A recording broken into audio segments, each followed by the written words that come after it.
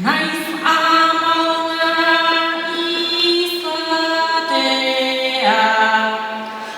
ez den batere erraza.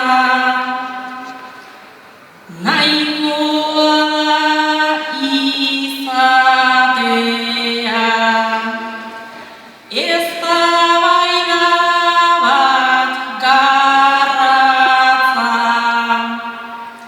Etxetik alde egin zuen, zain zuen kalea plaza.